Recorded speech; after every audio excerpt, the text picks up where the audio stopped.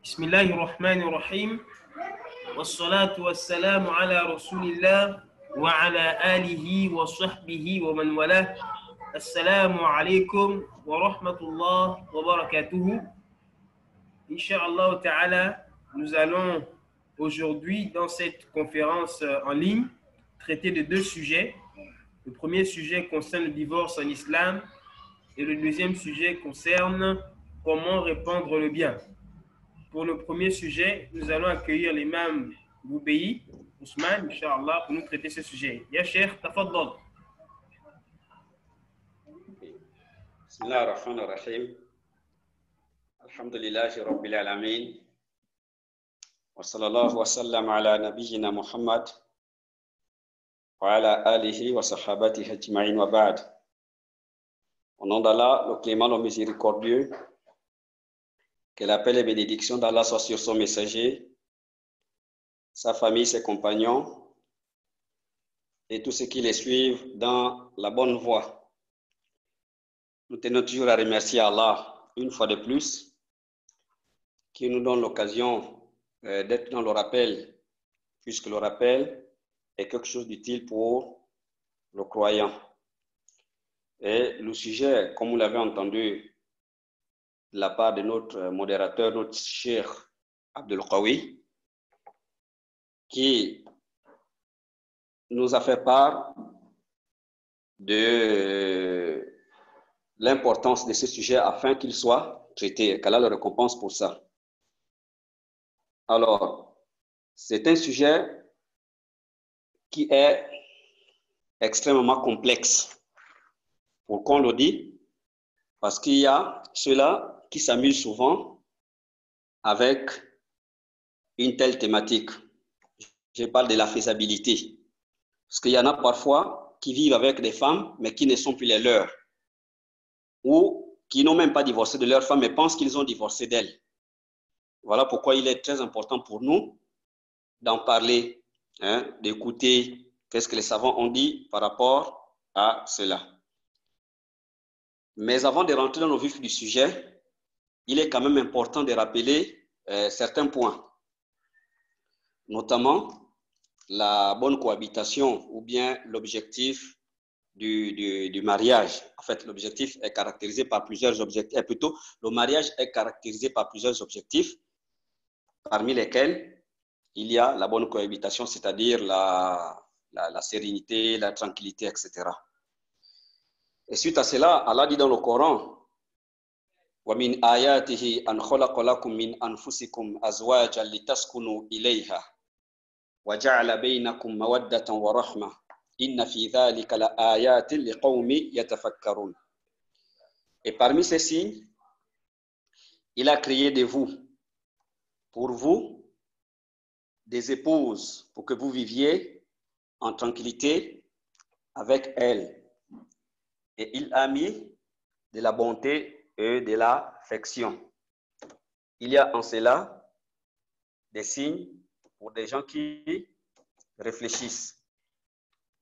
Alors, donc, Allah nous fait comprendre que parmi ces signes, il a créé de nous, c'est-à-dire que des hommes, et pour nous, des épouses, pour faire quoi? Pour vivre dans la tranquillité, dans la paix et dans la sérénité avec ces dernières. Alors, donc, maintenant, les savants de Tafsir, lorsqu'ils expliquent le verset, ils disent que lorsque quelqu'un vit avec une femme par le biais du mariage, parmi les raisons qui le poussent à le faire, il y a le fait d'aimer la personne. C'est-à-dire, la femme aime l'homme avec qui elle veut vivre et l'homme aussi aime la femme avec qui il veut vivre.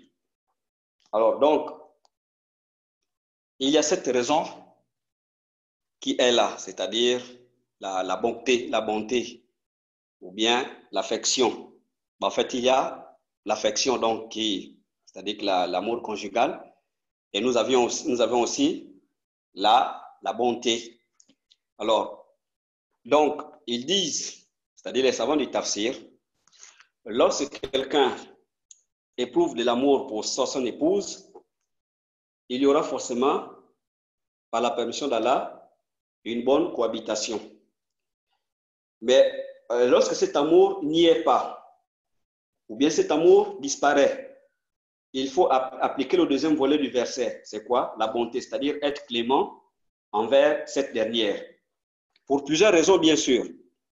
Parfois, c'est une femme, la femme avec qui il vit et qui n'aime plus ou bien qui n'aime pas, a des enfants, c'est-à-dire qu'ils ont des enfants ensemble. Alors, à cause de la présence des enfants, par bonté, par clémence, par miséricorde pour ces enfants, il est obligé de vivre avec elle. Bon, c'est vrai que ça n'a pas un caractère obligatoire, comme on dit en tant que tel, mais il est mieux, il est souhaitable qu'il vive avec elle à cause de la présence de ces derniers.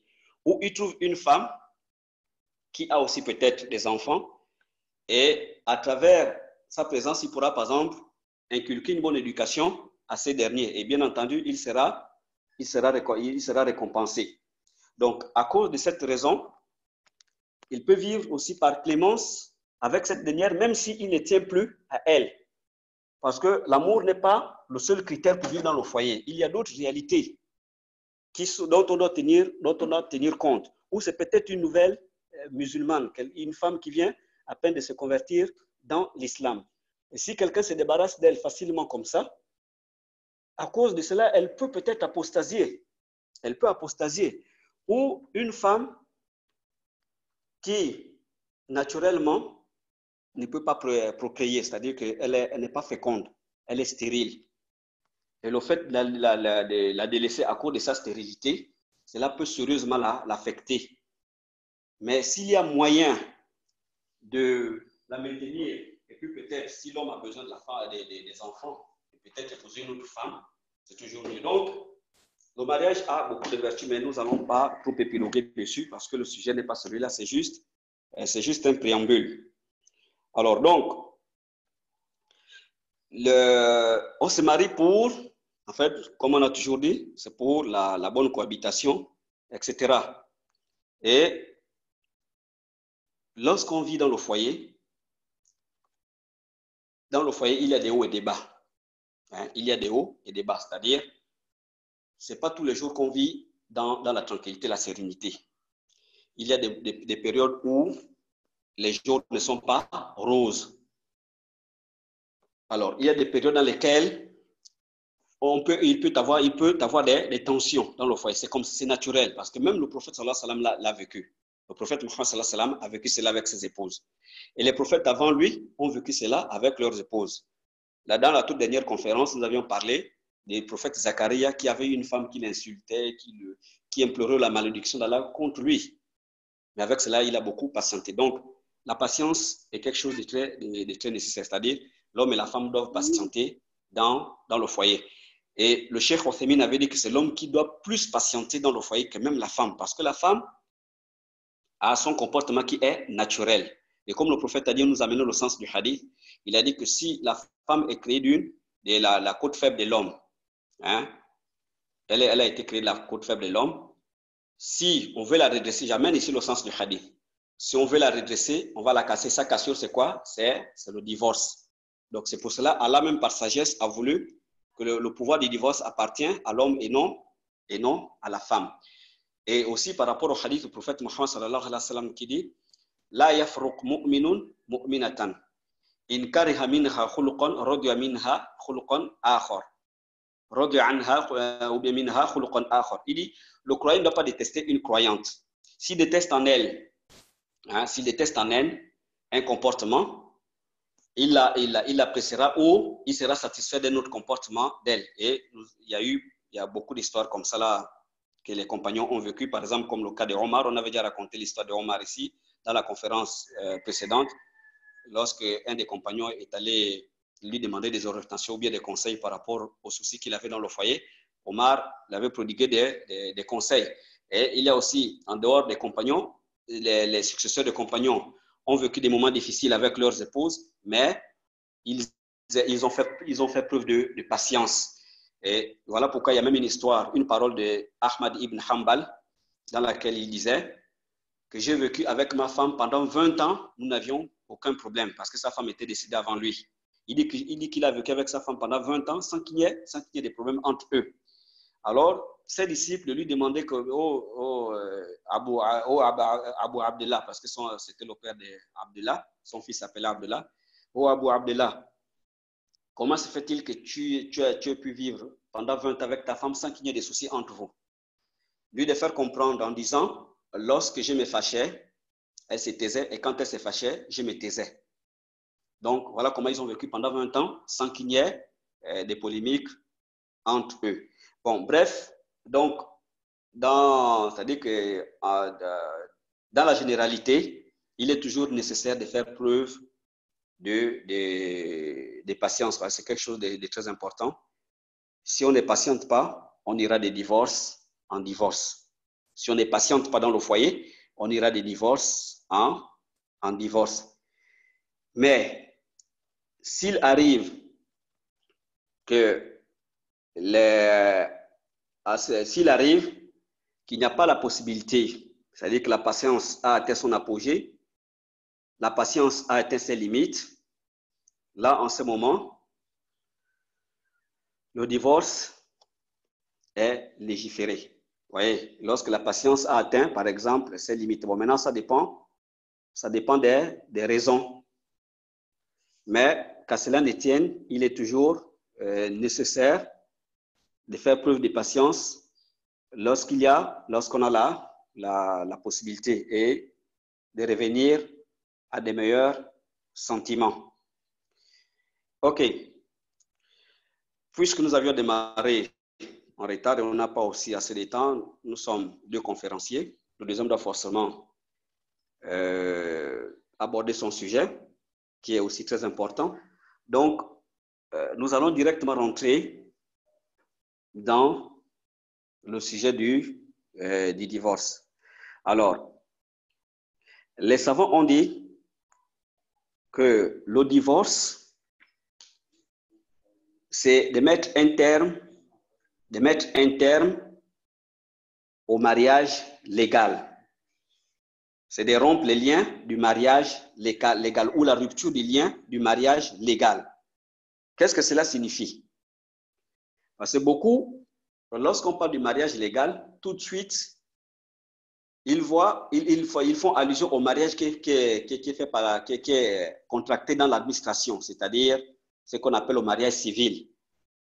Le mariage qu'on fait à l'état civil, le mariage administratif là, que nous connaissons tous, qu'on fait à la mairie ou à la préfecture, ou ça dépend de l'endroit dans lequel ce mariage peut être contracté.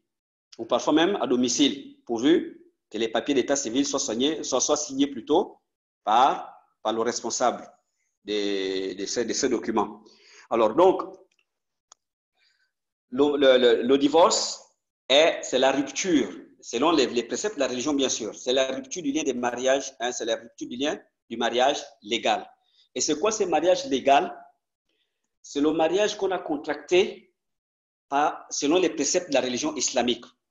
C'est-à-dire que si quelqu'un épouse une femme à l'état civil, ou bien il épouse une femme selon la coutume gabonaise. Bon, je n'ai pas du Gabon parce que nous vivons ici.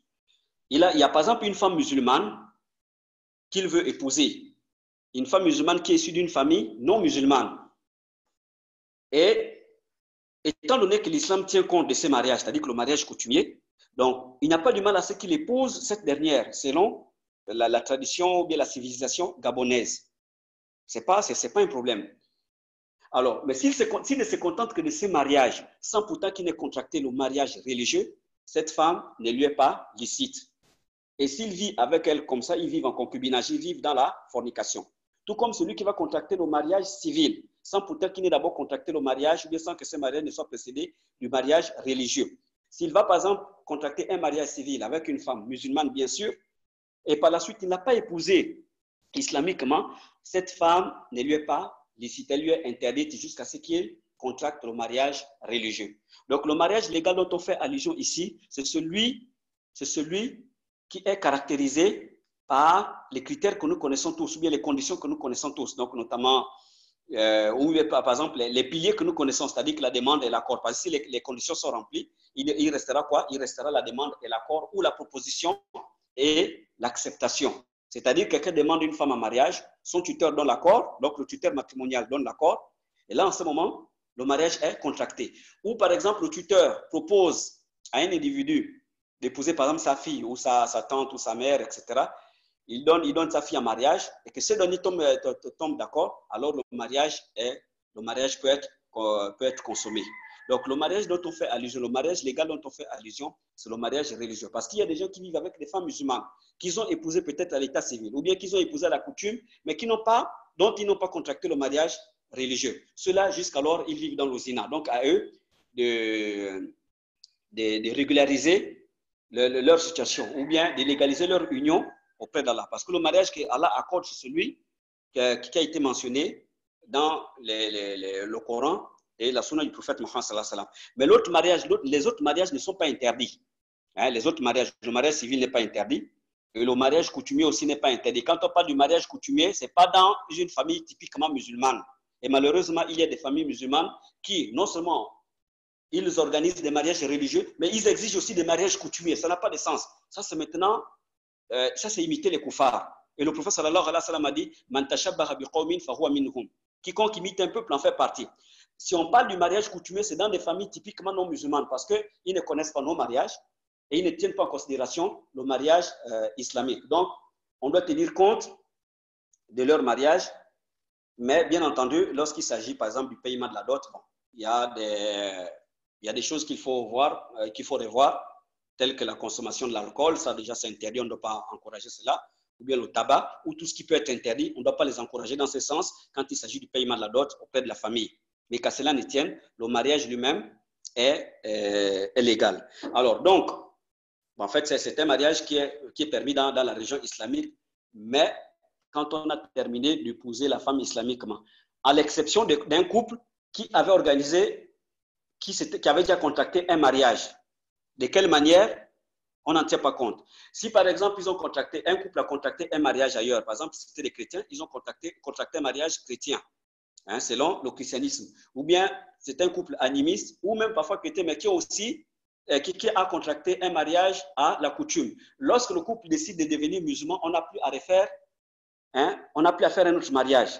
Parce que l'islam tient compte de leur mariage. Et ça, c'est prouvé par des textes pendant l'époque du prophète Mohammed sallallahu alayhi wa sallam. Mais nous n'allons pas aller dans les détails. Alors, donc, le divorce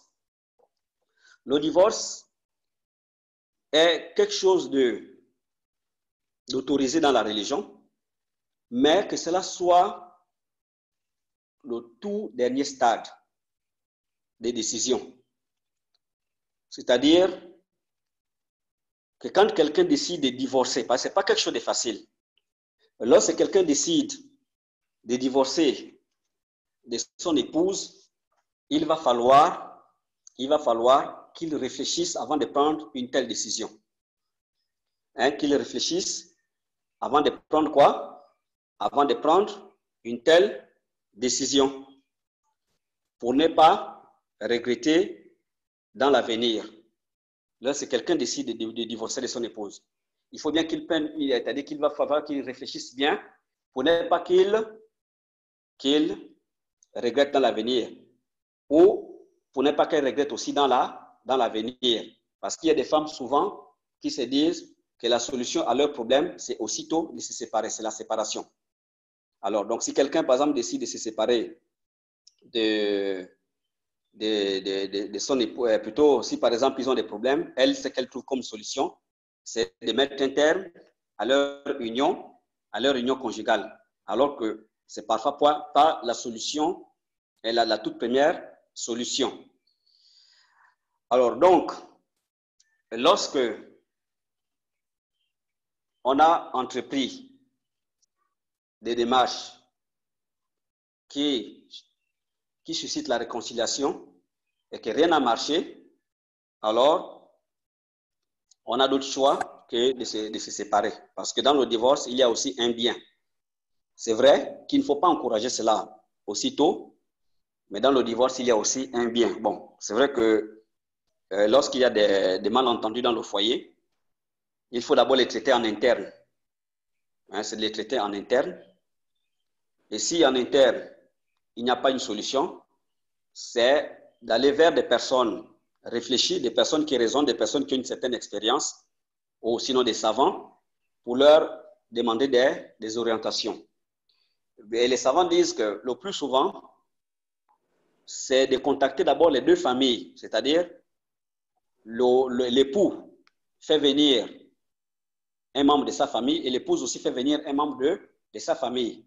Et ces deux vont occasionner leur réconciliation, vont traiter leurs problèmes. Mais il arrive parfois que dans des familles, on ne trouve pas des gens capables de le faire, bien aptes à le faire. Parce qu'il y en a qui, pour une moindre occasion, ils amplifient les problèmes du foyer conjugal. Par exemple, ça peut être la mère, le père, ou ça dépend, pour des raisons parfois qui sont basées sur la passion. Alors, donc la mère profite par exemple de l'occasion pour attiser le feu, pour amplifier les problèmes parce qu'elle déteste ou bien n'aime pas la tête de son gendre. Ou peut-être qu'elle n'aime pas la tête, déteste par exemple sa belle-fille, comme on peut bien le nommer ici. Alors, si dans le foyer conjugal, aucune solution n'est trouvée, alors il y a d'autres moyens que de procéder au divorce. Et nous étions en train de dire ici que le divorce, c'est de mettre un terme au mariage légal. Et les savants ont dit qu'il y a deux sortes de divorce. Il y a deux sortes de divorce. Il y a deux sortes de divorce. Il y a le divorce révocable et le divorce irrévocable. Hein? Il y a le divorce révocable et le divorce irrévocable. Le divorce révocable consiste à faire venir la femme après le premier ou le deuxième divorce. Le divorce révocable consiste à faire revenir la femme après le premier ou le deuxième divorce. C'est-à-dire quand quelqu'un a dit à son épouse que tu es divorcé, parce qu'il faut aussi le terme, hein? Parce qu'il y a un divorce qui est évident et un autre qui est sous-entendu dans la prononciation des mots. Il y a celui qui est évident, c'est-à-dire quand quelqu'un dit à son épouse, tu es divorcé. Hein? Même si c'est dans la blague, le divorce est pris en considération, même s'il est en train de s'amuser. Parce qu'il peut par exemple dire à la femme que toi tu es divorcé et par la suite il dit non, écoute mon épouse, j'étais en train de m'amuser. Hein? Ici, l'islam ne tient pas compte de l'amusement en ce qui concerne, en matière de divorce, il n'y a pas d'amusement. Même si ce n'est pas dans son fort intérieur, mais le fait qu'il ait prononcé le mot divorce, c'est divorce est pris en considération. Alors, donc, il y a un hadith qui est venu dans ce sens, mais le hadith est faible, on ne va pas le mentionner. Plutôt, les savants se sont servis d'un verset dans lequel Allah dit « Wala tattakhidhu ayatillahi huzwa » et ne prenez pas les versets d'Allah en raillerie. Et ne prenez pas les versets d'Allah en raillerie. Et parmi cela, il y a, par exemple, le cas du divorce. Donc, si quelqu'un, par exemple, dit à son épouse que tu es divorcé, même s'il s'amusait, ce divorce est pris en considération. Alors, mais si, par exemple, il prononce des termes, hein, parce qu'il y a des termes évidents tels que tu es divorcé, lorsqu'il dit à sa femme que toi, tu es divorcé, à partir de maintenant, tu es une femme divorcée, c'est un divorce qui est pris en considération. Même s'il n'était pas sérieux, même s'il n'a pas fait de manière intentionnelle. Mais le fait d'avoir prononcé le terme, hein, le mot, alors c'est un divorce qui est pris en considération. Donc ça, c'est quelque chose d'évident, qu'il soit sérieux ou non. Mais il y a des termes qui sont sous-entendus. Il y a un divorce qui est sous-entendu. C'est, par exemple, de dire à une femme que va rejoindre tes parents. Hein, va rejoindre tes parents. Ou,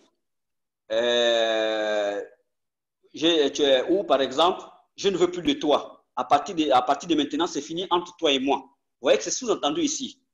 Il n'y a pas quelque chose de clair jusqu'à ce qu'on demande son intention. Et vous savez, avant de détailler le sujet, lorsqu'il s'agit du divorce, ce n'est pas n'importe qui traite l'affaire du divorce. Dans un pays régi par la loi islamique, on va chez le juge. C'est le juge qui doit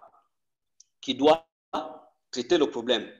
C'est le juge qui doit faire le procès des époux. Ce n'est pas n'importe qui. Comme aujourd'hui, par exemple, on voit partout, hein, un peu partout, parce qu'on sait que bon, tel est imam dans une mosquée, alors que parfois il ne connaît rien des préceptes du divorce, ou il ne connaît pas grand-chose des préceptes du divorce. On apporte un sujet comme celui-ci. Par exemple, la femme vient par exemple dire à l'imam ou bien au prédicateur ou au connaisseur ou c'est pas ou à ou c'est celui qui est peut-être à la tête d'une structure islamique, mais qui n'a pas assez de connaissances religieuses. Et lorsque la femme vient lui dire que mon mari a dit par exemple que non, va chez toi, ou bien je ne veux plus de toi, c'est fini entre toi et moi. Lui dit non, c'est un divorce. Mais on ne peut pas considérer cela comme un divorce jusqu'à ce qu'on demande son intention par rapport à ses propos. Parce qu'il n'y a rien d'évident ici. Ce qui est évident, c'est quand il a prononcé le terme, même s'il dit que moi j'étais en train de m'amuser, hein, je n'étais pas sérieux, mais il a prononcé le terme. Donc c'est un divorce qui est pris en considération. Parce qu'il a prononcé le mot divorce. Mais quand il dit, il apporte des termes comme par exemple, c'est fini entre toi et moi. Prends tes choses, va chez toi, va chez tes parents, je ne veux plus de toi ici, sors de chez moi. Il va falloir qu'on lui demande son intention. Hein, qu'est-ce qui le motive? Est-ce que c'est le divorce ou bien c'est juste des menaces? S'il dit par exemple c'est le divorce, alors c'est pris en considération. Mais s'il dit que non, j'ai juste voulu la menacer, c'est pas un divorce, moi je suis fâché, c'est tout à fait normal que je dise d'aller chez elle ou bien de ne plus m'approcher, etc. Alors, je l'ai fait sur la base de la colère, c'est pas que moi je divorce d'elle.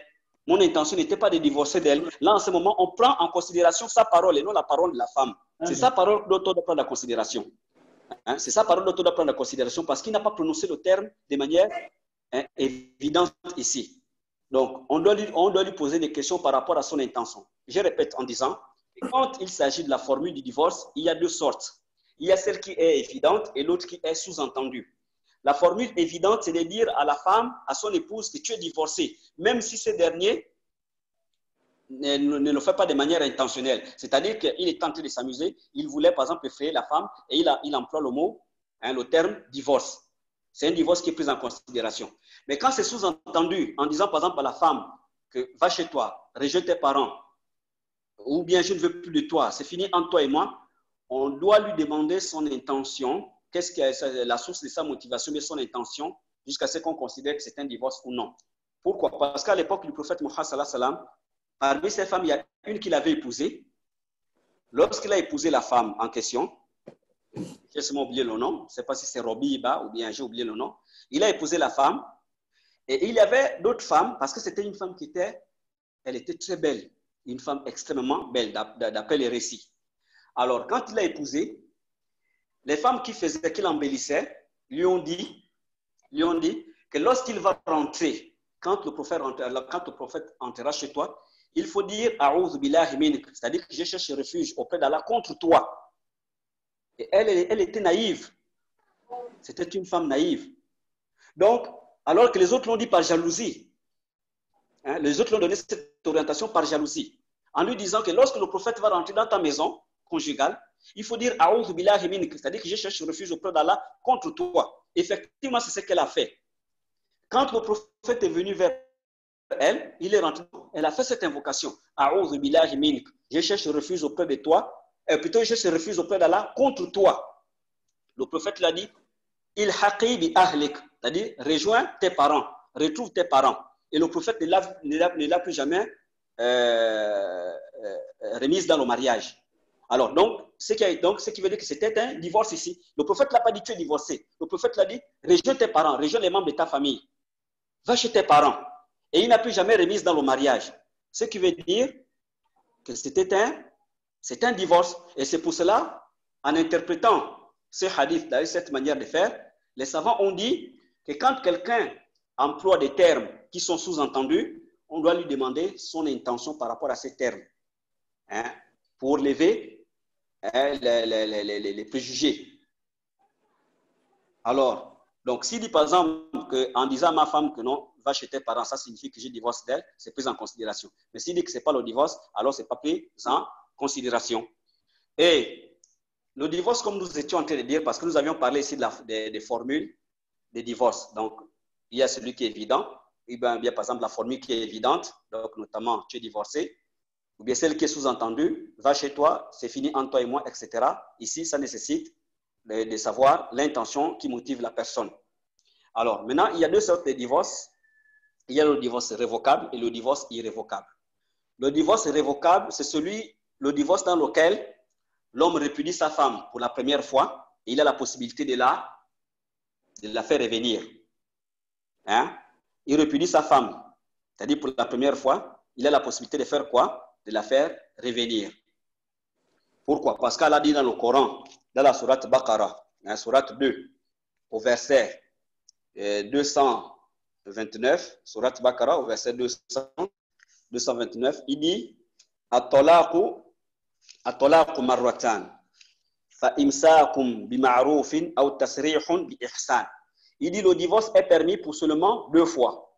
Alors c'est soit la reprise conformément à la bienséance, soit la libération avec gentillesse. Le divorce est permis seulement pour 2 fois. Alors c'est soit la reprise conformément à la bienséance, soit la libération avec gentillesse. Alors, qu'est-ce que ça veut dire?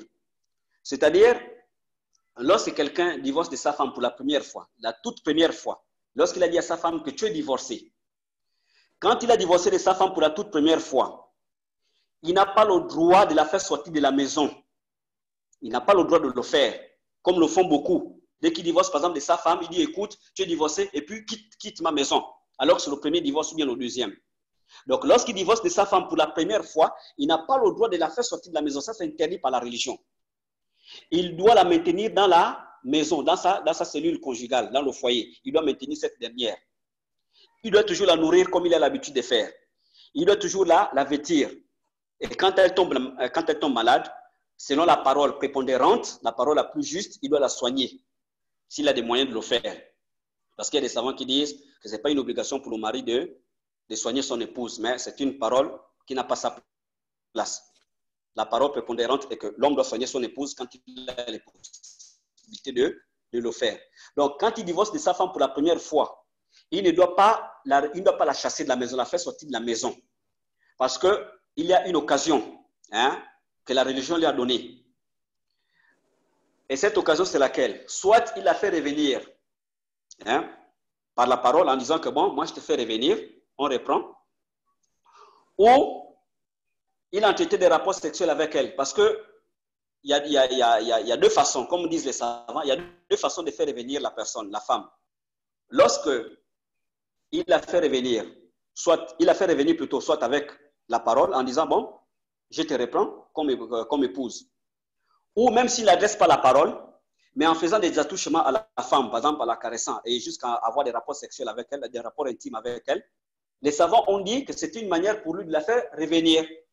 Donc même s'il ne prononce pas des paroles, le fait qu'il a entretenu des rapports sexuels avec elle, c'est une manière pour lui de la faire revenir.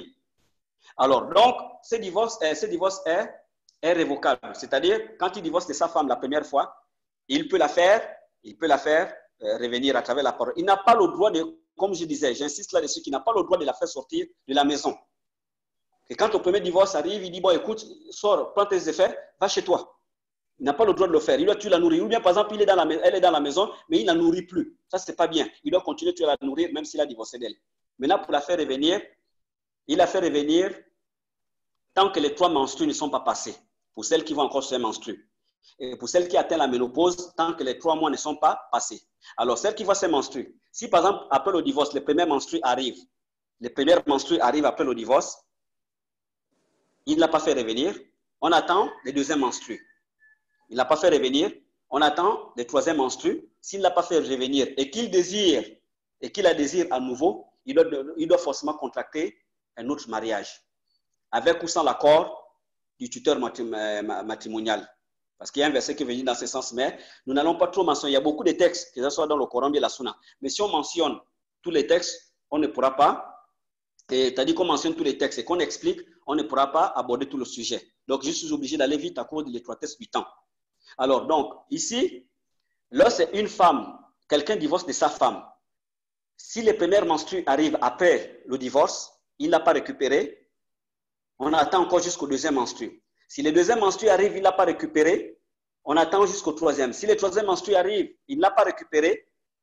Lorsque ces menstrues sont terminés, c'est-à-dire que la troisième fois, s'il veut de sa femme, il doit contracter un nouveau mariage. Hein? Il doit contracter un autre mariage. Ce n'est pas qu'il doit la récupérer comme ça. Par exemple, après 3 menstrues, après 3 mois, il la récupère sans contracter le nouveau mariage. Et elle doit revenir dans son foyer avec ou contre son gré, sauf si il y a des raisons qui la poussent à ne plus revenir. Mais là, c'est le juge après avoir fait l'analyse du problème conjugal. Ça, c'est le juge qui doit prendre une décision, parce qu'il y a ce qu'on appelle al-khul, il y a ce qu'on appelle al-fasr, c'est-à-dire la demande du divorce, bien l'annulation du mariage. Mais ce sont des points qui nécessitent beaucoup de détails. Alors, donc, quand il s'agit des premiers menstrues, si par exemple avant l'arrivée des premiers menstrues après le divorce, il la récupère, c'est bien. Ou bien par exemple les premiers menstrues sont arrivés et avant l'apparition des deuxièmes menstrues, il la récupère, c'est une bonne chose. Ou avant l'apparition des troisième menstrues, il la récupère, c'est une bonne chose. Mais après l'apparition des troisième menstrues, s'il ne l'a pas récupéré et qu'il veuille de sa femme à nouveau, alors il doit contracter un autre mariage. Il ne doit pas la reprendre comme ça, parce que s'il la reprend ainsi, sans contracter un nouveau mariage, après les 3 menstrues, après l'écoulement des 3 menstrues, il vit avec elle dans le zina. Donc ça, c'est un point. Et c'est valable aussi pour le deuxième divorce. Par exemple, quelqu'un qui a divorcé de sa femme la première fois, la procédure, c'est celle que nous avions mentionnée. Lorsqu'il divorce aussi de sa femme pour la deuxième fois, c'est la même procédure. Et pendant cette période, lorsqu'il s'agit des premières menstrues ou des deuxièmes menstrues, concernant le premier ou le deuxième divorce, on ne doit pas la proposer en mariage. On ne doit pas contracter un autre mariage pendant qu'elle est en période de viduité. Pendant cette période de viduité, elle ne doit pas contracter un autre mariage. Mais quand elle arrive, par exemple, au troisième menstru, et ce dernier veut d'elle, par exemple, il se rend compte après le regret et autres, il se rend compte qu'il veut tuer de sa femme, il aime sa femme, il veut la récupérer. Ou bien à cause des enfants, il veut récupérer sa femme. Alors que les 3 menstrues sont passées sans pourtant qu'il n'ait fait cela. Ou bien les 3 mois pour celle qui a atteint la ménopause sont passés sans pourtant qu'il n'ait fait cela. Donc lorsqu'il veut la récupérer, il doit contracter un autre mariage. Ce qui veut dire que pendant cette période aussi, elle a la possibilité, si par exemple il y a des prétendants, c'est-à-dire qu'elle peut être proposée par d'autres personnes. Mais bon, ça nécessite aussi d'autres détails. Mais c'était juste, c'est-à-dire un bref aperçu là-dessus. Alors, donc, après le premier mariage, et plutôt le premier divorce, et après, quand quelqu'un a divorcé de sa femme, la première fois, il peut la récupérer. Lorsqu'il divorce de sa femme, la deuxième fois, il peut toujours la récupérer. Mais quand il divorce d'elle, la troisième fois, là, en ce moment, elle n'est plus licite à ces derniers. Parce qu'à l'époque du prophète, il y a une femme qui était partie voir l'eau, qui s'était mariée, en fait, qui avait divorcé de son mari d'un troisième divorce. Et ensuite, elle a épousé quelqu'un d'autre. Elle a épousé quelqu'un d'autre, donc un autre compagnon qu'on appelle Rifa'i. Alors, mais lorsqu'elle est allée vivre avec Rifa'i, en fait, quand elle a épousé Rifa'i, c'est pas qu'elle a vécu longtemps déjà avec lui. C'est-à-dire, après avoir contracté le mariage, apparemment, elle voulait retourner chez son époux, chez son ancien époux, son premier époux.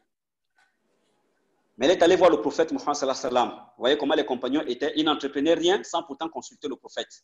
Mais nous, aujourd'hui, on ne cherche pas à savoir qu'est-ce qu'Allah a dit, qu'est-ce que le prophète a dit. C'est seulement ce qui nous traverse la tête ou bien ce qui nous traverse l'esprit, c'est comme une application. Et on applique ça dans la religion. Vous voyez, elle était préoccupée par une situation. Elle n'aimait pas Rifa'i. Elle ne voulait pas de lui, parce que c'est ce qu'elle est allée dire au prophète. Elle dit que je ne lui reproche de rien. Je ne lui reproche de rien en matière de religion et en matière de comportement. Le prophète, qu'est-ce qu'il lui a dit? Il a donné comme réponse. Il a dit non, jusqu'à ce que tu entretiennes des rapports sexuels avec lui. Jusqu'à ce que tu entretiennes des rapports sexuels avec lui. C'est-à-dire qu'avec Rifa'i, avant de retrouver son ancien époux, si par exemple elle divorce du deuxième. Qu'est-ce que cela nous amène à comprendre? Alors, on comprend par ce hadith que quand quelqu'un a divorcé de sa femme, du troisième divorce, elle peut sortir de la maison. Elle doit obligatoirement sortir de la maison familiale, bien du foyer conjugal. Et maintenant, si ce dernier veut la reprendre, il va falloir d'abord qu'elle épouse un autre homme. Elle entretient des rapports sexuels avec lui. Et si maintenant ce dernier la délaisse par le divorce, par le biais du divorce ou bien peut-être la mort, après avoir traversé la période de viduité, elle peut revenir vers son époux. Et là encore, il y a des conditions que les savants ont posées. Pas de mariage arrangé. Parce qu'il y a des gens, ce qu'on appelle nikah ou tahlil en arabe, c'est-à-dire que rendre licite un mariage alors que ce mariage n'est pas licite à la base.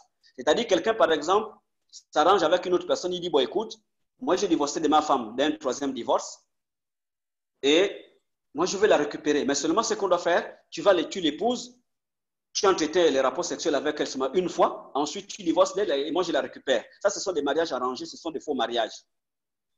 Donc c'est ça, ce sont des faux mariages. Mais le mariage dont on doit tenir compte dans ces cas de figure, c'est celui dans lequel, quand quelqu'un a divorcé de sa femme, de son épouse, d'un troisième divorce, elle va épouser quelqu'un d'autre sans peut-être qu'il y ait des arrangements au préalable. Et ce dernier, soit il divorce d'elle, ou bien par exemple la mort est arrivée. Maintenant, après par exemple sa période de veuvage, elle peut retrouver son ancien mari là, d'accord.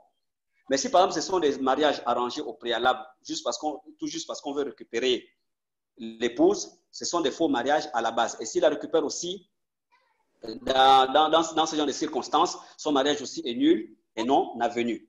Donc, en ce qui concerne le troisième divorce, l'époux n'a pas le droit de récupérer son épouse jusqu'à ce qu'elle contracte un autre mariage. Et maintenant, par la suite, il y a divorce ou la séparation à travers la mort. Là, en ce moment, après la période de viduité, il peut toutefois la récupérer. Donc, voilà un peu en bref les principes du divorce ou les différentes sortes de divorce. Donc, il y a le divorce révocable qui nécessite de faire revenir la femme après le premier ou le deuxième divorce. Et le divorce irrévocable qui ne nécessite plus la cohabitation avec elle. Et elle a le devoir de sortir de son foyer conjugal et aller contracter un autre mariage. Maintenant, si son ancien ne pouvait la récupérer, il ne doit la récupérer qu'après le divorce là-bas et après avoir entretenu des rapports sexuels avec l'autre époux. Donc, voilà un peu en bref, pour ne pas toujours tirer en longueur, on doit laisser le temps au frère qui va nous entretenir tout à l'heure. Donc, voilà ce que nous avions à dire par rapport au divorce. Maintenant, s'il y a des questions qui vont dans ce sens, Inch'Allah, nous sommes à votre disposition.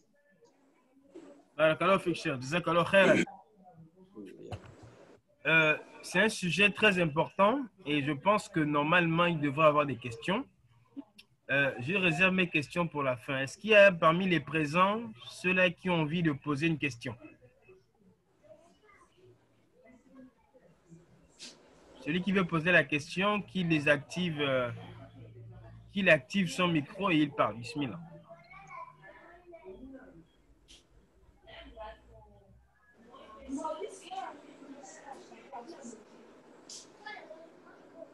Bon, apparemment, il n'y a personne. Cher, est-ce que je peux poser ma question? Oui. Durant votre exposé, je pense avoir perdu quelques informations par manque de concentration, qu'Allah me pardonne. J'ai envie de savoir, si avant je n'étais pas musulman et que j'étais marié au régime, que j'étais marié au régime monogamique avec ma femme.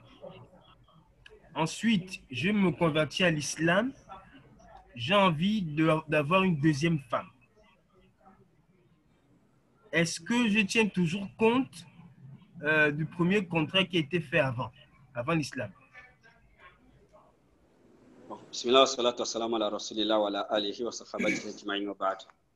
Bon, déjà, lorsqu'on parle du régime ici, il s'agit du mariage civil, n'est-ce pas? C'est ça, exactement. Voilà, il s'agit du mariage civil, qui n'a rien à voir avec le contrat de mariage islamique. Ça, c'est des lois que les humains ont eux-mêmes apportées. Qu'à cela ne tienne, ça nécessite toujours une réponse, Inch'Allah.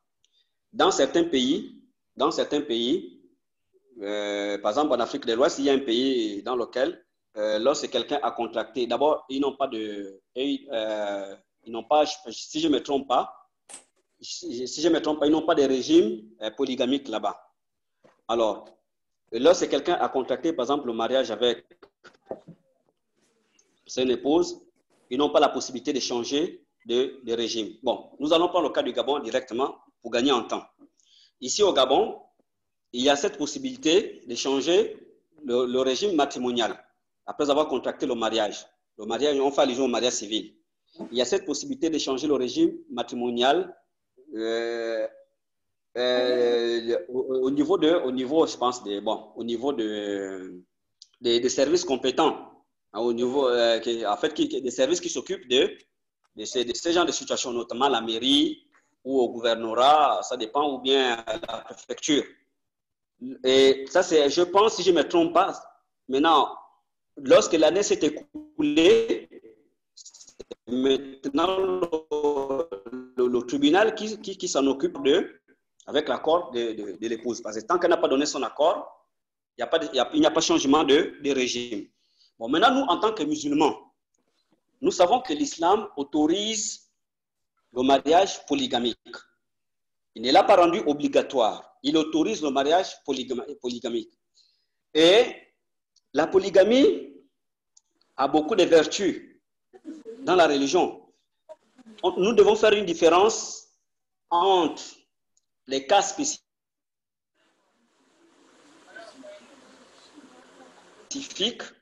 et la réalité du mariage polygamique. Parce qu'il y en a malentendu pour soit l'interdire ou pour refuser totalement la polygamie. Alors que c'est pas, on ne veut pas s'argumenter des cas spécifiques, on doit s'argumenter de ce que recommande le Coran et la Sunna. Alors, si par exemple quelqu'un a contracté un mariage sur la base du régime monogamique, à lui de s'entendre avec son épouse. Si par exemple s'il veut épouser une deuxième femme, l'islam l'autorise cela, l'islam ne l'empêche pas. L'islam n'interdit pas de contracter un autre mariage, mais selon les préceptes de la religion islamique. Bon, maintenant, dans la mesure où il veut, par exemple, contracter le mariage civil, là, en ce moment, il va falloir, c'est-à-dire qu'il soit accompagné de son épouse, c'est-à-dire qu'elle doit donner son autorisation, etc. Parce que s'il le fait discrètement, cela peut lui prévaloir des poursuites judiciaires.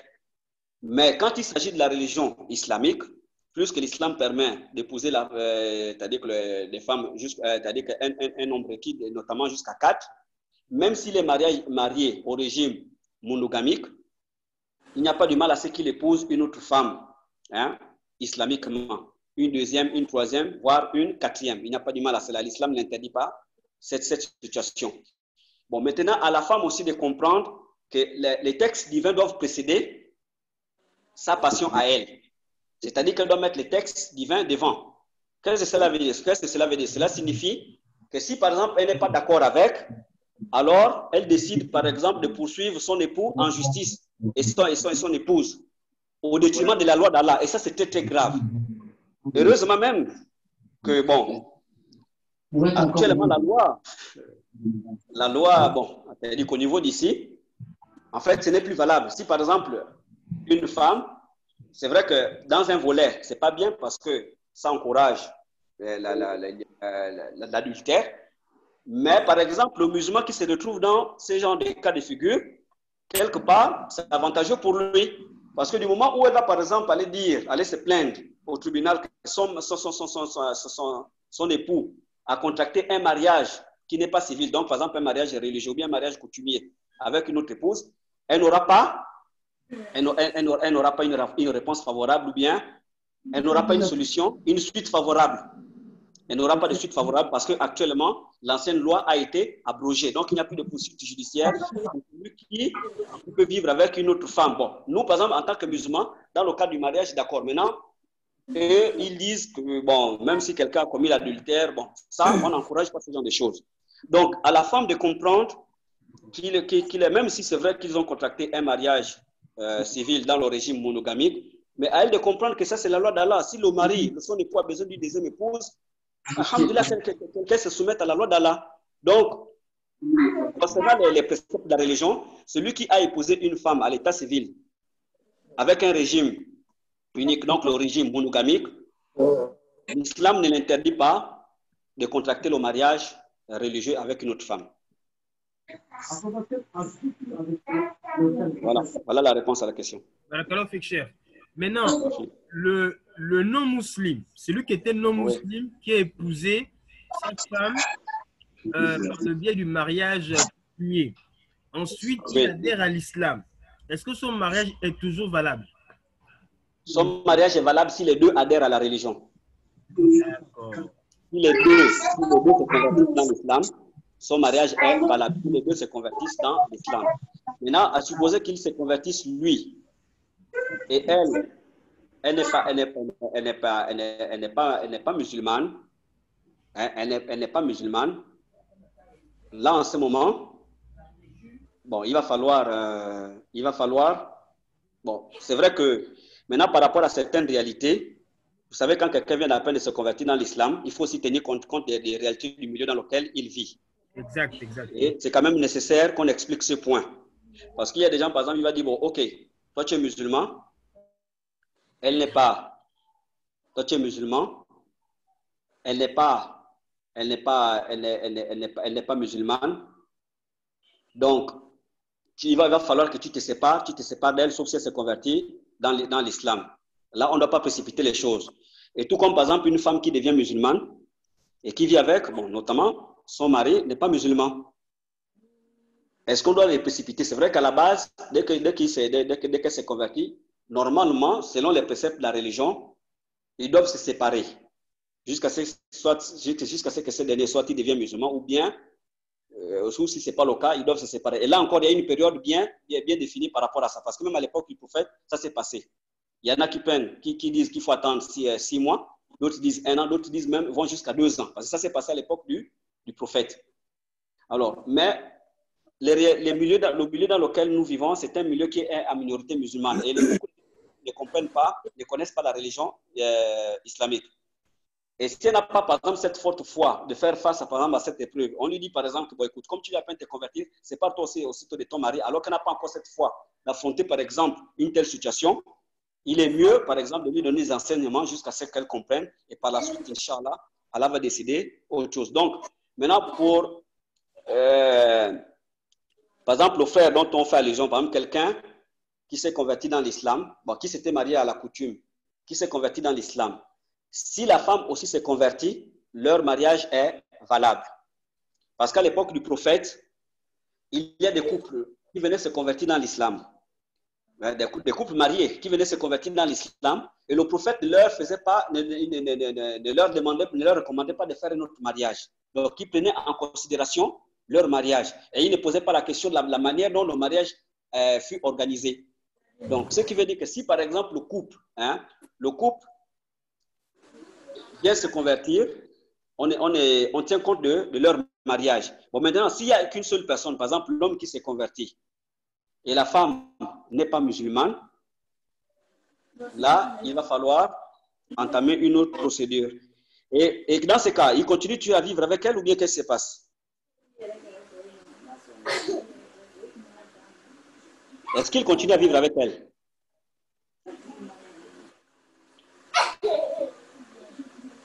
Là, le frère n'est pas là. Salam alaikum.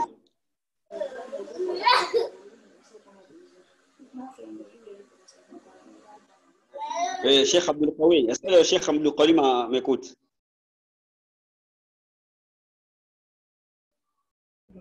Oui, cher, tafadol. Oui, cher. Alhamdulillah, je t'écoute maintenant. Oui, j'ai demandé, est-ce qu'il continue à vivre avec elle? Oui, il continue à vivre avec elle. Il est toujours amoureux d'elle, mais il est frustré de voir qu'elle ne veuille pas adhérer à sa religion.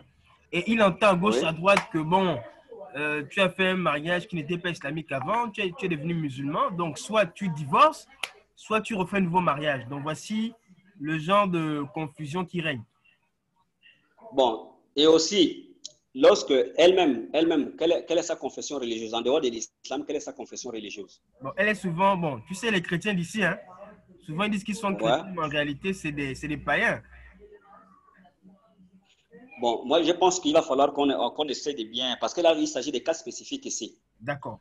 Il est quand même important pour nous de demander aux hommes de science. Donc, Ça marche. Inch'Allah, demain, Mhm. nous allons appeler, hein, on va appeler au Burkina Faso, docteur Kindo, et puis appeler aussi un autre cheikh qui est en Arabie Saoudite là. D'accord. Et ensuite, on donnera la réponse. Parce que là, il s'agit d'un cas particulier. C'est-à-dire, quelle est l'attitude que lui doit avoir vis-à-vis de cette dernière? Parce qu'il ne suffit pas de faire des fatwas n'importe comment. Bien sûr. Vous savez, ce sont des cas très délicats.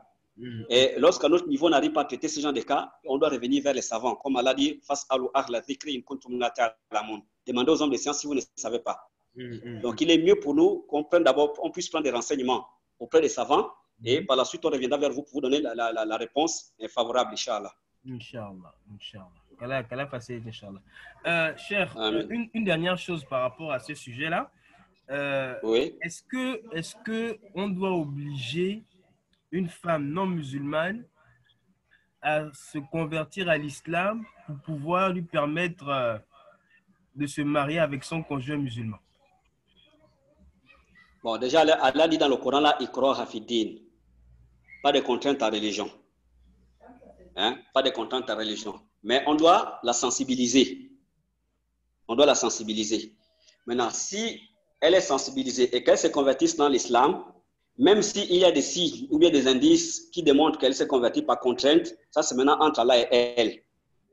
Mais on ne doit pas forcément, c'est-à-dire que l'imposer, l'imposer. Et là, ça dépend aussi, ça dépendra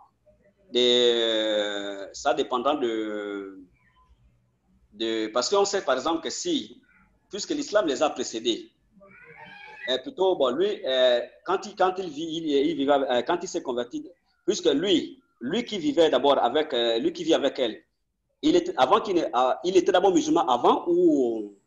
Non, pas du tout. C'est quelqu'un qui est né musulman, en guillemets. Voilà, qui est né musulman. Bon, là, la situation est différente. Il est né musulman, n'est-ce pas? Oui. Voilà. Et il vit avec elle, c'est-à-dire il fornique avec elle. Ouais, c'est souvent ce genre de cas. En fait, ils ont des rapports extra-conjugaux. Mm-hmm. Voilà. Bon, maintenant, et c'est quoi la confession religieuse de cette dernière? Chrétienne. Elle est typiquement chrétienne. Mm-hmm. Elle est vraiment chrétienne, n'est-ce pas? Oui. Supposons qu'elle est véritablement chrétienne. Supposons ça. D'accord. Elle est véritablement chrétienne. Bon, nous savons que l'islam permet aux musulmans d'épouser une chrétienne ou bien une juive. Bon, même si c'est vrai qu'il y a des réalités dont il faut tenir compte, parce qu'aujourd'hui, il y en a qui ont des stratégies, surtout du côté des femmes, d'épouser par exemple des musulmans dans le but de les christianiser. Ouais, il y en a comme ça. Il y en a qui ont ces objectifs, c'est-à-dire qu'on les programme pour christianiser les musulmans. Et même s'il faille contracter un mariage avec lui dans le but de le faire sortir de sa religion, il y en a qui le font. Mais, qu'à cela ne tienne, l'islam permet aux musulmans d'épouser une chrétienne. Bon, maintenant, si par exemple, lui, il vit avec une chrétienne et qu'il veuille d'elle, ils ont des rapports extra-conjugaux, c'est-à-dire qu'il ne l'a pas épousée. Là, qu'est-ce qu'il doit faire? Puisqu'il aime cette dernière, il veut d'elle, ils doivent d'abord se séparer. Il faut une séparation corporelle. Ils doivent d'abord se séparer et attendre, observer cette période jusqu'à ce qu'elle voit, par exemple, les prochaines menstrues. Un peu comme on voit aussi avec les musulmans, par exemple, qui vivent dans l'Ozina. Et lorsqu'ils décident, par exemple, de se marier, il faut cette procédure obligatoire. Donc, même avec cette dernière, puisqu'elle est chrétienne, il faut d'abord qu'ils se séparent parce que la femme qu'on doit épouser, c'est celle qui est chaste. Lorsqu'on parle d'Al-Muhsan dans le Coran,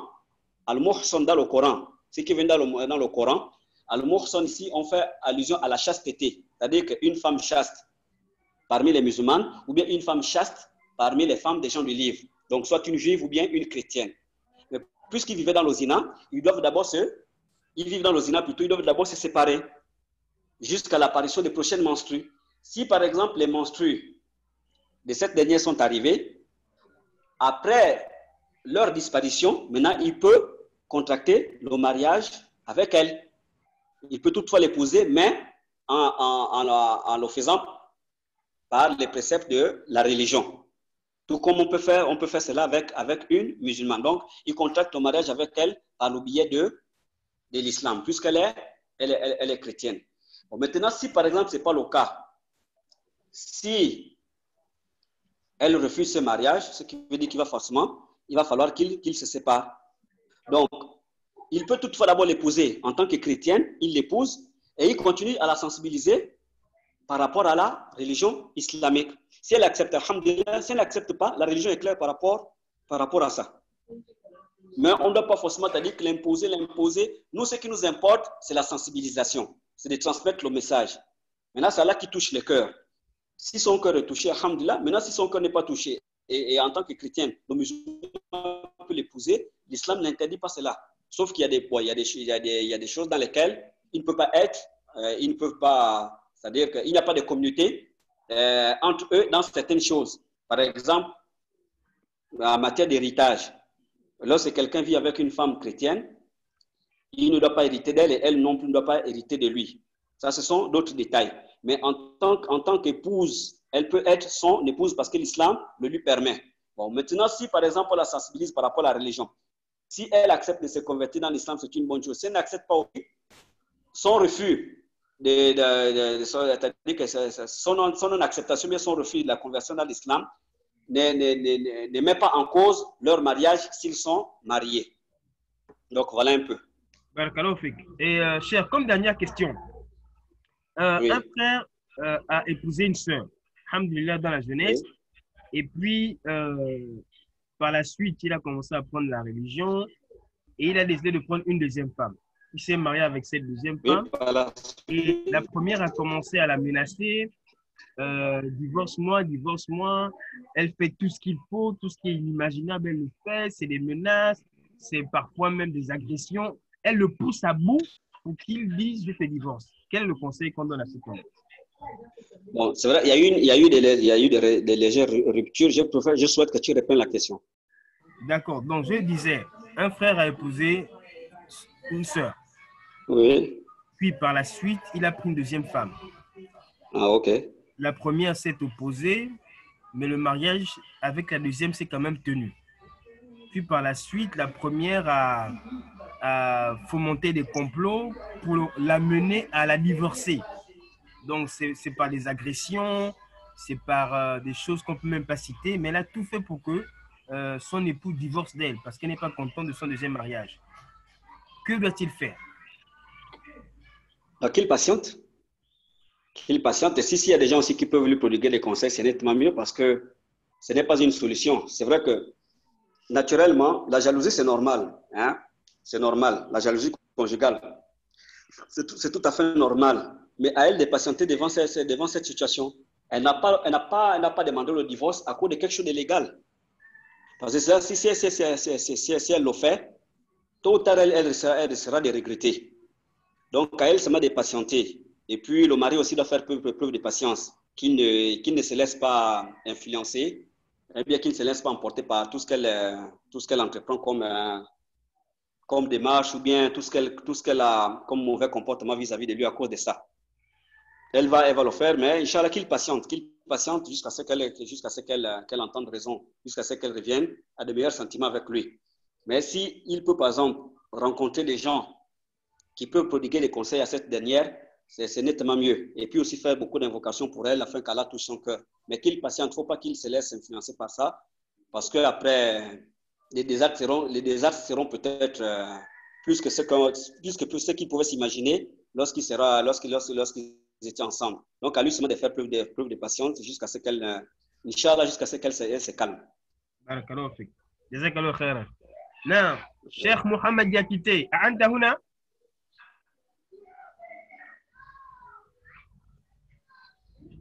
شيخ دياكيتي أنت معنا؟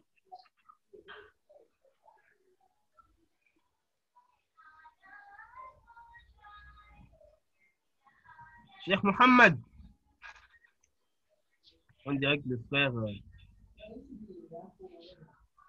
Bon, mais s'il n'est pas là, on peut essayer d'aborder d'autres points pertinents. Pardon? Il s'est connecté. Ah, ok, d'accord. Ouais, je pense qu'il y a. Wa alaykoum salam wa rahmatullahi wa barakatuh. Marhaban bik, ya Cheikh. Alhamdulillah, je suis avec vous depuis le début. Bon, je n'ai pas seulement activé le micro. نعم. Donc, Akhi Mohamed, tafaddal. أيوة نعم الحمد لله. نعم أعوذ بالله من الشيطان الرجيم. بسم الله الرحمن الرحيم. الحمد لله رب العالمين والصلاة والسلام على رسول الله وعلى آله وصحبه أجمعين. اللهم اشرح لي صدري ويسر لي أمري واحلل عقدة من لساني يفقه قولي. اللهم لا علم لنا إلا ما علمتنا إنك أنت العليم الخبير. اللهم زدنا علما نافعا. اللهم زدنا علما نافعا. اللهم زدنا علما نافعا. Nous remercions Allah subhanahu wa ta'ala et nous prions sur le prophète Mohammed sallallahu alayhi wa sallam, ainsi que sa famille et ses compagnons et toute personne qui a suivi sa route jusqu'à le jour de Yawm al-Qiyamah. Nous disons aux frères et aux sœurs, assalamu alaikum wa rahmatullahi wa barakatuhu encore une fois, et précisément à notre imam, notre ustaz qui nous a entretenus sur le divorce. On demande à qu'Allah lui facilite et qu'Allah nous donne la bonne compréhension de ce que nous venons d'entendre et le pratique, Inch'Allah ta'ala. Alors, sans plus tarder, nous allons aller avec notre sujet d'aujourd'hui. Comment répandre le bien, c'est-à-dire comment distribuer le bien, comment avoir beaucoup de biens. Inch'Allah ta'ala, notre causerie de ce soir, on demande à qu'Allah nous facilite et qu'Allah nous donne la bonne compréhension, Inch'Allah. Alors, pardon. Alhamdulillah Rabbil Alamin. Nous venons d'abord avec cette reçu de notre imam, un grand cheikh, Ibn Jawz, qui nous dit, il dit l'être humain qui est dans ce bas monde. Et ici, nous parlons effectivement de l'être humain, qui n'a aucun objectif seulement de manger et boire et dormir. Il n'a aucun bassement dans cette vie. Ici, c'est-à-dire, il n'a aucune empreinte dans cette vie, seulement que manger et dormir. Alors, Ibn Jawz a comparé ce dernier comme un abeille, ou disons comme un mouche, autant pour moi, qui est là seulement pour embêter les gens. Il n'a rien à faire. Donc, il a dit, cet homme est comparable à ce mouche-là. Celui qui, dans cette vie, il n'a rien à faire, c'est-à-dire seulement que manger et dormir, il ne fait rien. Il n'a aucun objectif. Alors, Ibn Jawz a comparé ce dernier comme un mouche qui est là, qui vient faire le bruit devant les gens, devant les oreilles, et pour embêter les gens. Donc, on demande à laquelle nous facilite. Alors, nous devons d'abord savoir le bien. Le bien, comme on a dit le titre de notre causerie de ce soir, comment distribuer, comment avoir beaucoup de biens, comment répandre le bien. Nous devons savoir d'abord le bien que nous devons le faire. Nous avons une grande récompense si nous le faisons. Hein. Ce bien-là, c'est quoi?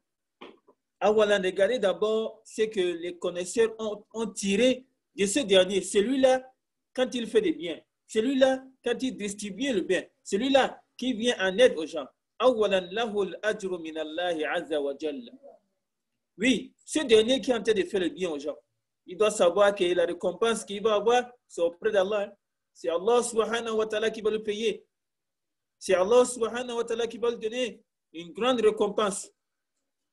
Saniyan lahu aidan husnul khatima. Et ce dernier aura un bon fin. C'est-à-dire, alhamdulillah, ce dernier, il aura un bon fin. Premièrement, comme on a dit, celui-là qui est en train de faire le bien, celui-là qui est en train d'aider son prochain, celui-là qui est en train d'aider son frère dans la difficulté, alors ce dernier, il aura une grande récompense auprès d'Allah. Et deuxièmement, il aura un bon fin. Le quatrième, ou disons le troisième, c'est-à-dire son âme sera en paix. Son âme sera en paix.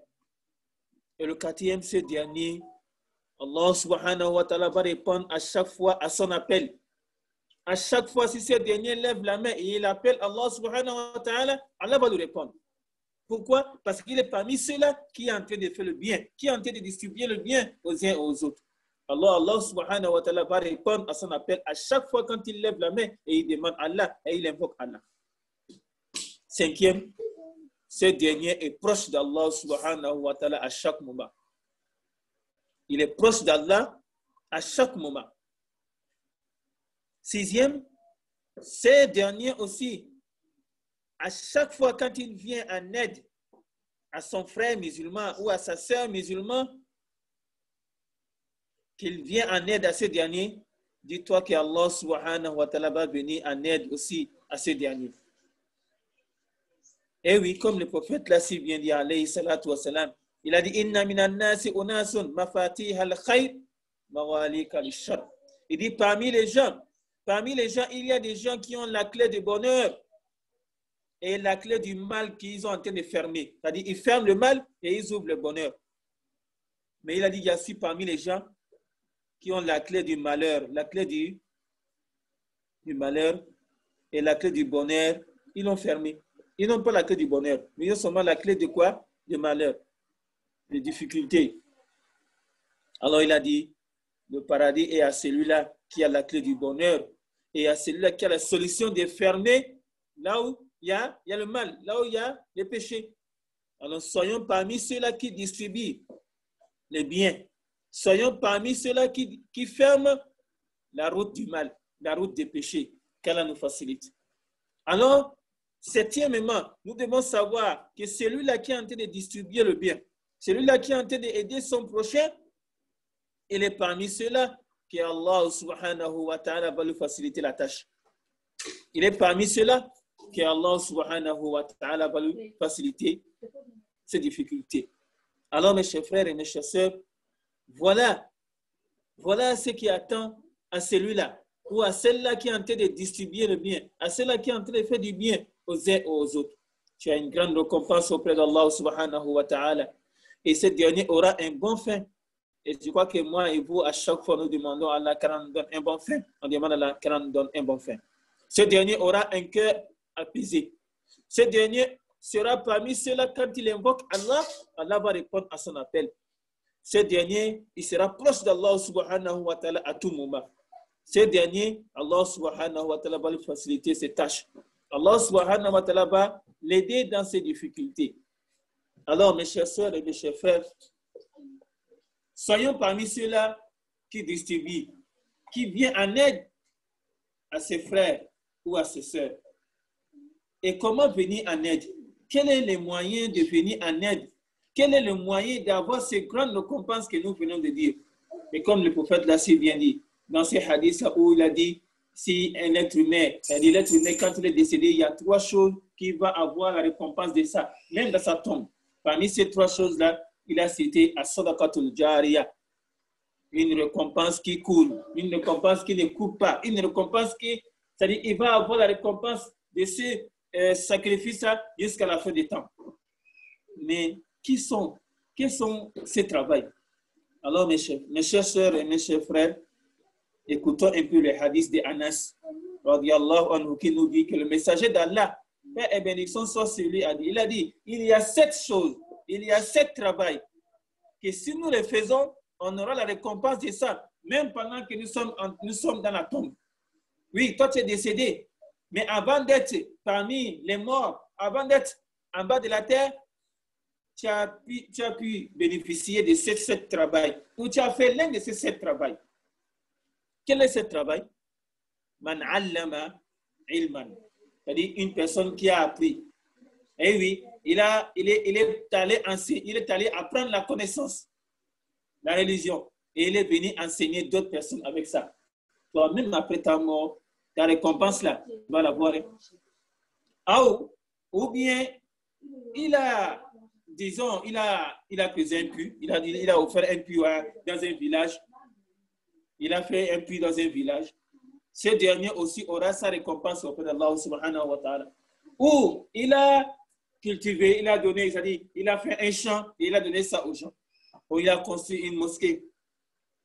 Ou il est parmi ceux-là qui a, alhamdulillah, distribué le Coran, a donné aux gens pour le lire.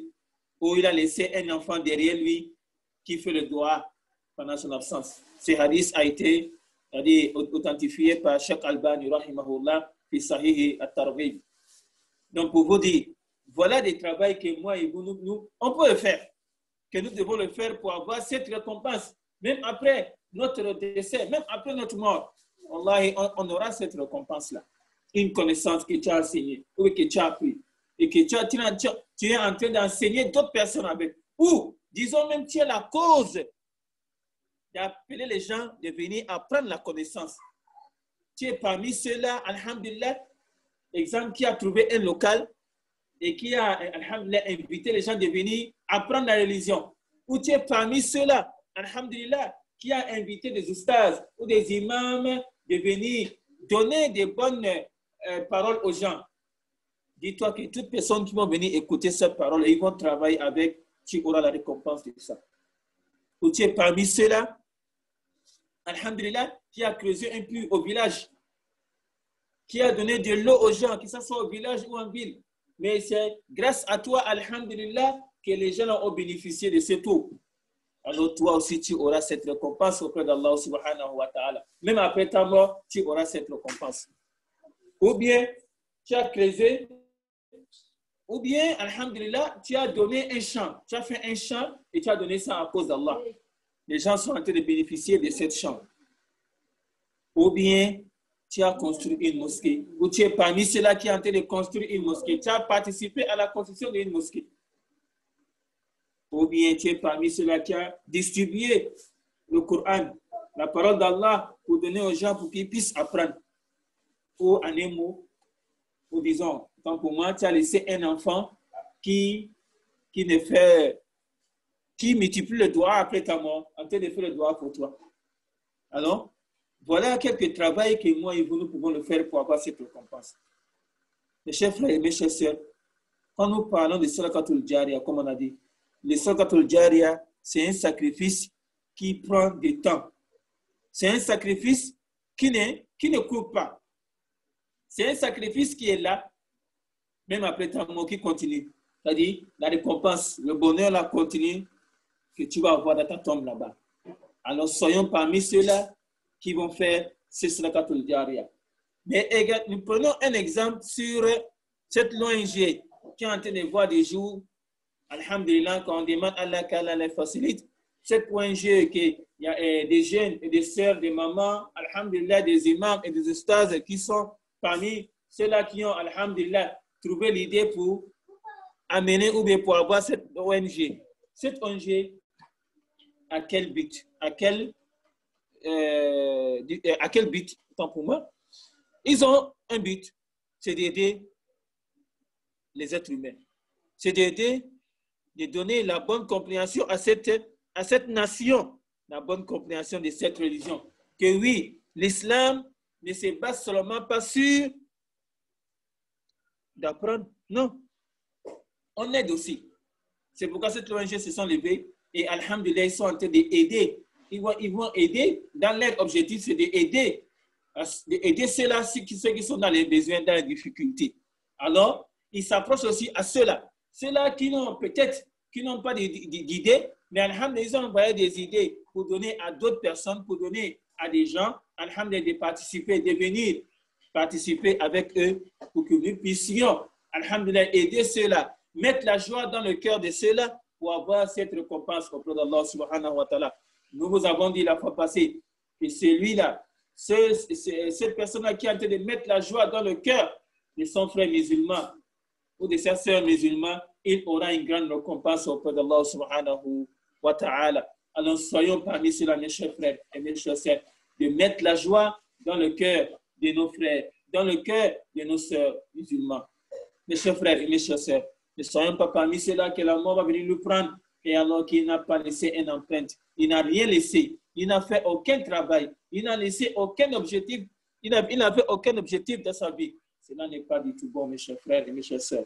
Soyons parmi ceux-là qui va laisser une empreinte. Soyons parmi ceux-là qui sera parmi ceux-là que Allah subhanahu wa ta'ala sera satisfait d'eux. Selon le travail qu'ils ont laissé ou bien selon le travail qu'ils ont fait. À cause d'Allah, bien sûr. À cause d'Allah subhanahu wa ta'ala. Regardons prenons un peu l'exemple de certaines femmes. Wallah, ces femmes-là, qu'est-ce qu'ils font, mes chers frères et mes chères sœurs? Ils se baladent de porte en porte pour prendre des vieilles habits. Des habits que vous n'avez plus besoin. Vous savez ce qu'ils font avec ces habits-là? Ils vont les réparer et les mettre en bon état et donner à ceux-là qui sont dans les besoins. Regardez la récompense qu'ils vont avoir. Et je connais même une dame qui est paralysée, hein, mais regardez la récompense qu'il est en train de trouver. Qu'est-ce qu'il fait? Il appelle les amis. Ou bien il envoie des gens pour aller prendre des anciens des anciens habits comme font ces femmes-là. Ils regroupent ces habits-là et ils donnent. Il appelle les gens pour venir réparer et après, il appelle encore les gens pour bien arranger ces habits-là et il donne ça à des nécessités. Il donne ça à ceux-là qui sont dans les besoins. Et j'en connais encore d'autres personnes. Qu'est-ce qu'il fait cette dame-là? Il réunit les gens chez lui chaque mois. Qui se faisait avant, il le réunissait et qu'est-ce qu'il fait? Il appelle un oustaz de venir donner la bonne parole, de les prêcher et après, alhamdulillah, chacun prend un petit goûter et ils s'en vont. Ils s'en vont avec quoi? Avec la bonne parole qu'ils ont écoutée. Voilà, mes chers frères, comment il faut distribuer les biens. Voilà comment il faut avoir les biens. Voilà comment il faut faire. Ces sœurs-là et ces frères-là, voilà comment ils travaillent. Que moi et vous, nous aussi, on peut le faire. Et j'en connais aussi des sœurs et des frères. Qu'est-ce qu'ils font aussi? Alhamdulillah, ils se réunissent et ils vont voir des malades à l'hôpital. Ils achètent des choses nécessaires pour aller donner à ces derniers-là, pour mettre la joie dans le cœur de ces derniers qui n'avaient aucune personne pour s'occuper d'eux. Qui n'avaient aucune personne pour s'occuper d'eux. Mais aujourd'hui, voilà, alhamdulillah, ils se sont rétablis, ils ont retrouvé la santé, alhamdulillah, et ils sont en train de faire le doigt pour ces derniers qui les ont aidés. Mais la date année, regardez, on avait un frère qui était malade, qui devait être opéré. Alhamdulillah, cette ONG aussi a fait l'effort. Ils ont aidé ces derniers. Et aujourd'hui, alhamdulillah, il est quitté à l'hôpital, il est à la maison. Est-ce que vous savez ces derniers-là? Toute adoration qu'il va faire, vous aurez les récompenses de ça. Grâce à Allah subhanahu wa ta'ala et grâce à vous, aujourd'hui, le frère, il est en train de prendre un peu la santé, alhamdulillah, et il est en train d'invoquer Allah. Il est en train d'appeler Allah pour vous. Et je crois que moi et vous, nous avons besoin de ce genre d'adoration, de ce genre d'appel. Alors, il est demandé à chacun de nous de faire l'effort. Il est demandé à chacun de nous de se lever et de laisser une empreinte. De laisser une empreinte, mes chers frères. Regardez vous-même. Vous ne voyez pas quand quelqu'un est décédé. Dans un verset que je ne me rappelle plus, où Allah subhanahu wa ta'ala dit, si le mort disait qu'il pouvait revenir, vous savez ce qu'il allait faire, la première des choses? Il allait, s'il pouvait faire un sadaqa, un sacrifice. Et oui, s'il pouvait faire un sacrifice, s'il pouvait adorer Allah même, ça ne serait que quelques minutes, pendant que nous sommes en train de négliger ça. Oui, ma soeur. Oui, mon frère. Lève-toi. Sois parmi ceux-là. Sois avec ce groupe-là qui sont en train de faire l'effort pour aider cette religion à aller de l'avant. Sois parmi ceux-là qui veulent donner une bonne image à notre religion qui est l'islam. Oui, ma soeur et mon frère. Lève-toi et viens. Viens participer avec eux. Viens participer avec eux pour avoir cette grande récompense auprès d'Allah subhanahu wa ta'ala. Oui. Sois parmi eux. C'est pourquoi il est demandé à chacun de nous de faire l'effort et de s'élever et de faire tout possible d'être parmi ces groupes. Ce groupe-là qui est en train d'aider cette religion. Ce groupe-là qui veut mettre la joie dans le cœur de chacun de nous. De chacun des personnes qui sont dans les difficultés.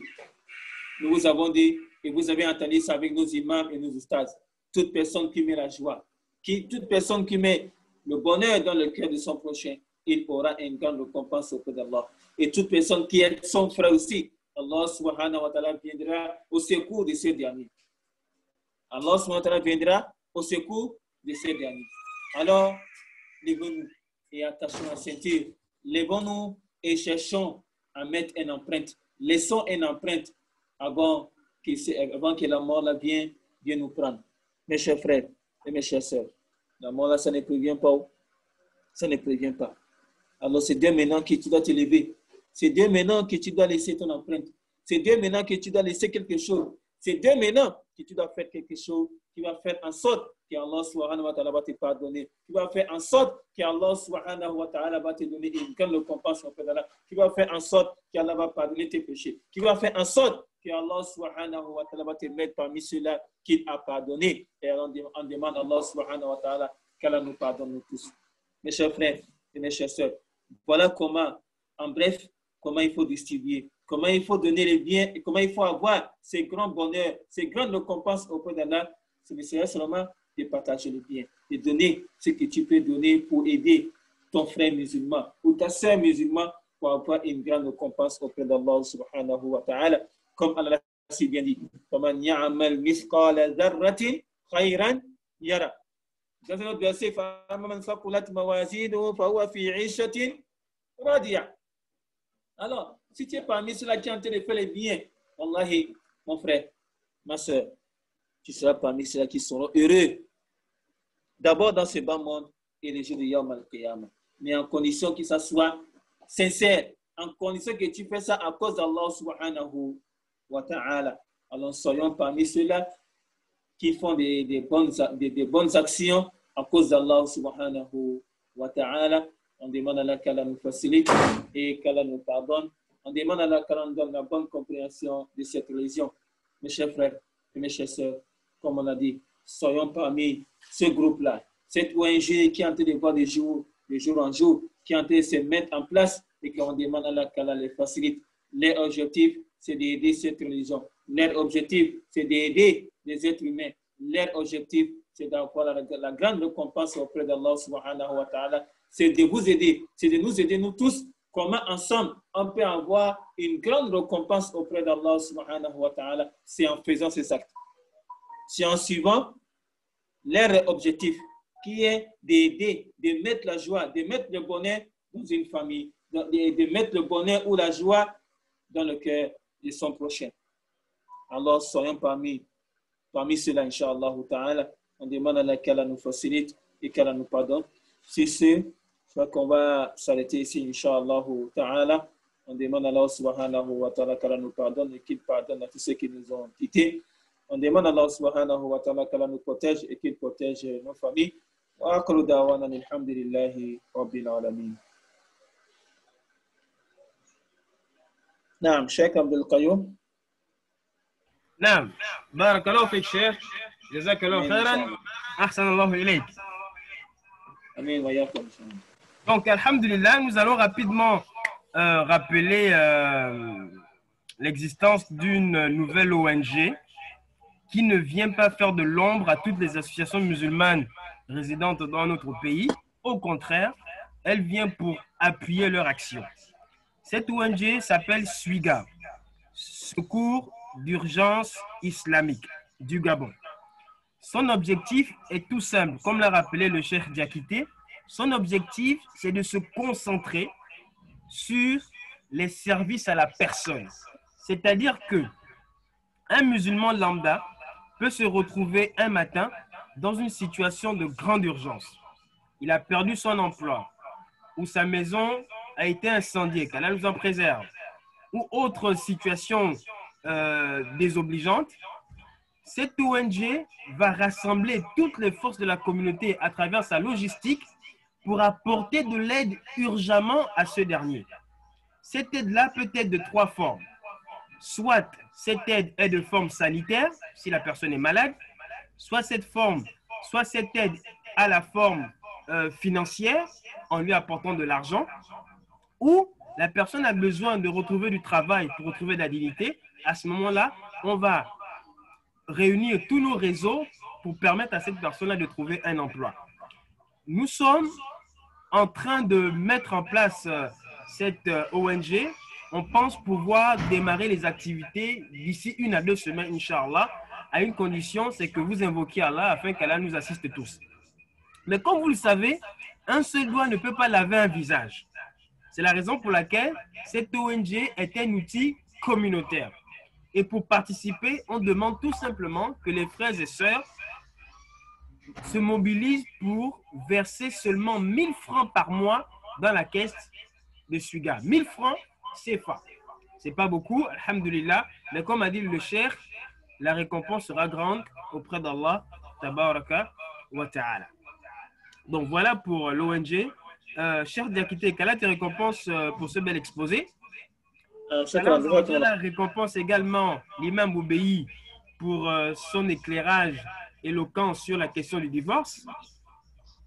Car malheureusement, dans la jeunesse musulmane au Gabon, les gens s'empressent à divorcer alors que c'est le dernier recours. Qu'Allah nous accorde la patience. Qu'Allah fasse miséricorde à tous ceux qui ont participé à cette conférence. et qu'Allah fasse miséricorde aussi à tous ceux qui vont écouter par la suite, puisque la conférence sera publiée tout à l'heure, Inch'Allah, sur notre chaîne YouTube, Ensemble pour une Oumma épanouie. Et comme à l'accoutumée, nous allons laisser la parole de fin à notre imam, Imam Oubeyi. Bismillah, tu as le mot de fin.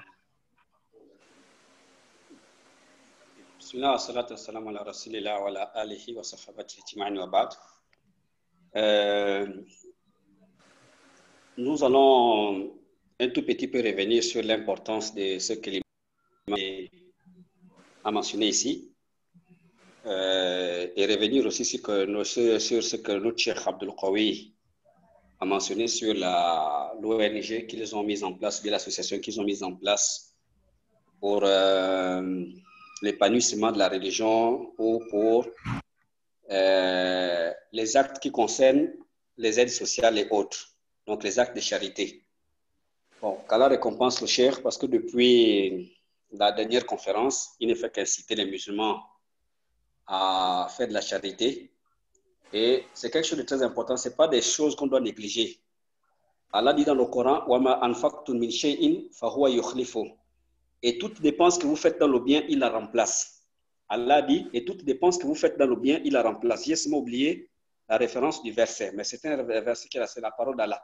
Et toute dépense que vous faites dans le bien, il la remplace. Et aussi dans un hadith divin, le prophète sallallahu alayhi wa sallam a dit, Allah a dit, Yabna Adam, anfiq unfiq alayk. Ô fils d'Adam, dépense pour ma cause, je te donnerai plus que ce que tu as donné. Et en faisant ce genre d'actes, c'est une manière aussi de remercier Allah. Parce qu'on remercie Allah par le cœur, on le remercie par la parole et on le remercie par les actes. Allah dit, Allah dit dans un verset coranique concernant le fait de manifester la gratitude vis-à-vis de lui par le cœur, il dit et tout ce que vous avez comme bienfait provient d'Allah. Ça provient de qui? D'Allah. Tout ce que nous pouvons acquérir, c'est Allah qui veut qu'on puisse en bénéficier. Et tout ce que nous employons, ce ne sont que des causes, mais c'est Allah qui donne. Voilà pourquoi il dit et on remercie Allah par la parole. Lorsqu'on reconnaît que quand j'ai eu tel bienfait, c'est Allah qui me l'a donné. Voilà pourquoi il dit et quant au bienfait de ton Seigneur, proclame-le. Et aussi, on le remercie par les actes. Et parmi les actes, c'est par exemple de poser ce genre d'actes, de faire ce genre d'œuvres, d'être bienfaisant envers autrui, et ainsi de suite, à la mesure du possible. Et lorsque toi tu remercies Allah à travers ces actions, Allah aussi augmente tes biens. Voilà pourquoi il dit la in shakartum la azidannakum. Et si vous êtes reconnaissant vis-à-vis de moi, j'augmenterai mes bienfaits sur vous. Et donc, vraiment, c'est très important de faire la charité dans la vie, de faire des aumônes, de subvenir toujours aux besoins selon tes capacités, ce que toi tu peux.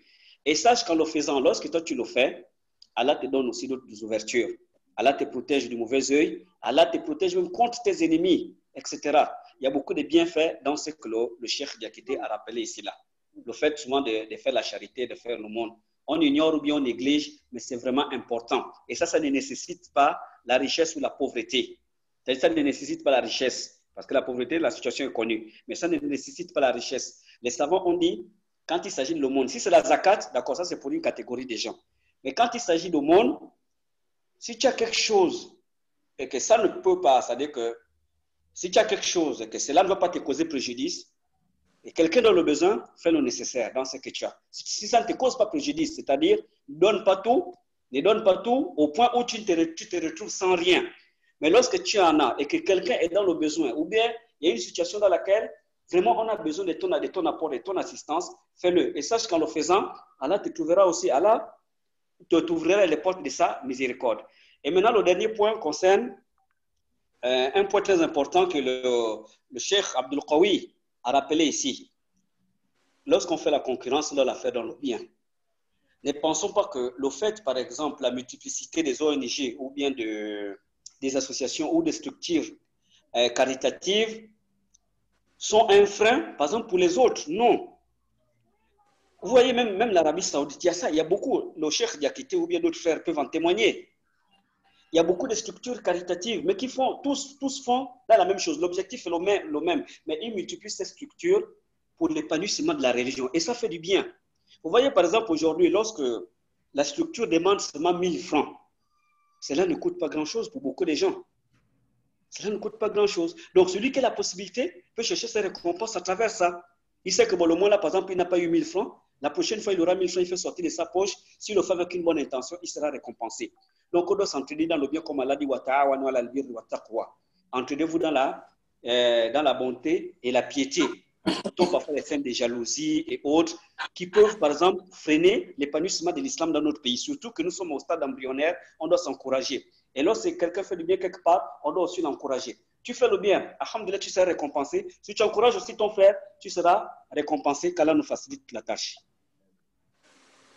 Amin. Barakallahu fik, Cheikh. Donc, on va s'arrêter là, juste pour rappeler que le numéro Airtel Money de Suga est le 077 40 43 41. 077 40 43 41. Qu'Allah vous récompense. Assalamu alaikum wa rahmatullahi wa barakatuh. Alaykoum salam wa rahmatullahi wa barakatuh.